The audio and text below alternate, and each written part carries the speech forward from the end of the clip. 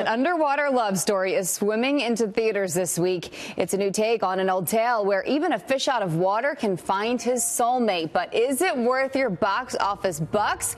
Fox News contributor Kevin McCarthy is here live in studio with this amazing jacket and tie. It's time for Merry Christmas, so why not be wearing this? I was going to say, what did we do to deserve this? I have 3 or 4 of these suits, actually. This is just the one I chose to wear today. Good morning to you, Jillian. Good morning. Good to okay, see you. So tell us about The Shape of Water. Personally, I saw the trailer and I'm like, I'm not sure I fully understand this. It's incredible. Guillermo del Toro directed this movie, who directed Pan's Labyrinth and Hellboy and Pacific Rim. The idea here is it takes place in 1960s Baltimore. A woman named, played by Sally Hawkins, works in a government laboratory. She works in the custodial staff, and they bring in this asset, this sea creature, to experiment on there. And she falls in love. They fall in love. Listen, I know it sounds crazy. How do you fall in love with a sea creature? Ironically, it's one of the most grounded emotionally films I've seen this year. And the asset, the creature, is played by a gentleman named Doug Jones. So 90% of his body is in full prosthetics. It's insane how they do it. Now, here's the cool thing. So this movie wasn't made for a lot of money, but it looks like a massive budget film. It does. And Del Toro did this incredibly cool old school technique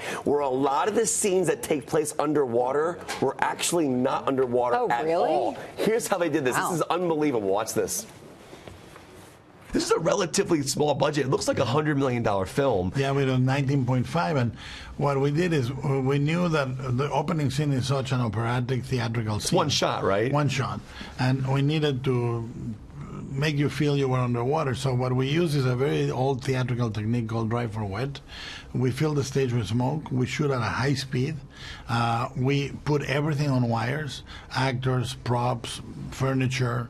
Everything is on wires, and then you shoot it with fans hitting the clothes and the fabric, so it moves like it's underwater, and it looks like it's underwater. And then the actors pantomime that they're underwater, and you add bubbles digitally at the very end. Yeah. That blew my mind. Yeah. I mean, the fact that the actors are hanging on these wires and they're essentially pantomiming, it's very, very cool. But the movie's incredible. I gave it a 4.5 out of 5. Sally Hawkins is amazing. She actually does a great honor to the American Sign Language community. Yes. Her character's mute, and that's how she communicates with the sea creature through sign language. 4.5 out of 5. One of the best movies of the year. You will definitely see it up for a lot of Academy Awards. Sounds good. And how about Darkest Hour? What do you give this? Gary Oldman.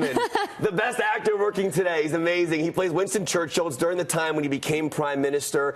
He takes over, and the idea of the turning point of World War II, specifically in that particular time of frame, was Dunkirk. And the idea of what he did with that. Gary Oldman is unbelievable in this role. He will win the Academy Award this year, even though I think Andy Serkis deserves it for War for the Planet of the Apes. But Gary Oldman's phenomenal. I gave the movie a 4 out of 5. He's better than the overall film, but Joe Wright did a great job with the cinematography. A 4 out of 5 for that. Those are 2 films, by the way. They're in platform release, meaning that they're in limited release. They will expand throughout the month of December. So if it's not in your city yet, you'll see it soon. I think for your suit, we give you a 5 out of 5. What do you think, Todd? 5 out of 5? 6 out of 5. It's amazing. I'm a 33-year-old grown man wearing this on national television. Thank you very much.